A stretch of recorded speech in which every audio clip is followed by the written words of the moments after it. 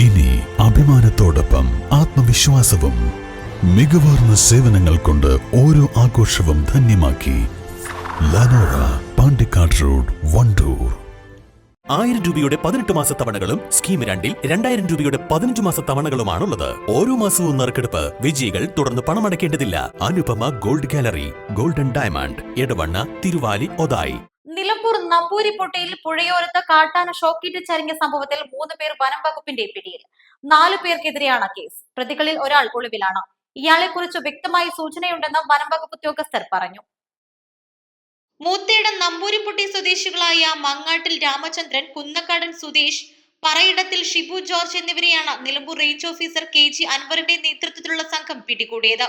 ആനയെ ഷോക്കേൽപ്പിച്ചു കൊല്ലുകയും തെളിവുകൾ നശിപ്പിക്കാൻ ശ്രമിക്കുകയും ചെയ്തുവെന്ന കുറ്റമാണ് പ്രതികൾക്കെതിരെയുള്ളത്.